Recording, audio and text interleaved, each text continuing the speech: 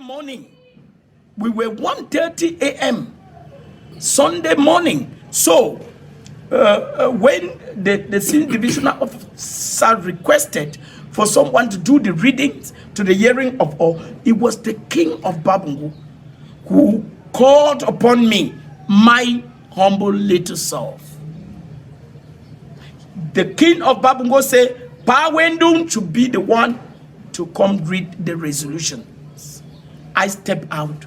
I said, another honor from my king. I stepped out. I went, read the resolutions. There were typographic errors. And I discovered that in reading, there was completely no Article 6. Article 6 was not found among the resolutions I read. And I was at a loss. And I asked, but how comes that Article 6 is not found here?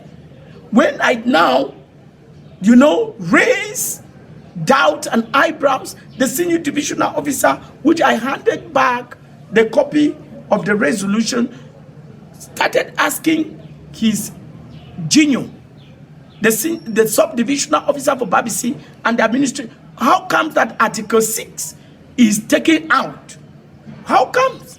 And they went, and then the senior divisional officer, in his wisdom, said he is going to do all to look for a word of compromise that will enter Article 6, indicating that, the chieftaincy title of Chiba will eventually be rehabilitated.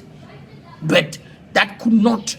The senior divisional officer did everything and was not actually getting an appropriate word from rehabilitation or revisitation or reinstatement. He could not get any other word of compromise. In this case, there were now, reactions were coming.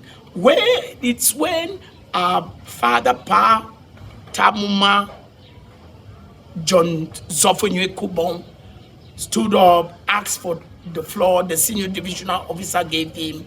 He said, what we are trying to do here cannot work because that is adulterating our tradition.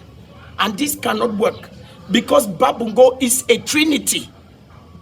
That is the word. When he said Babungo is a trinity, it provoked an uproar.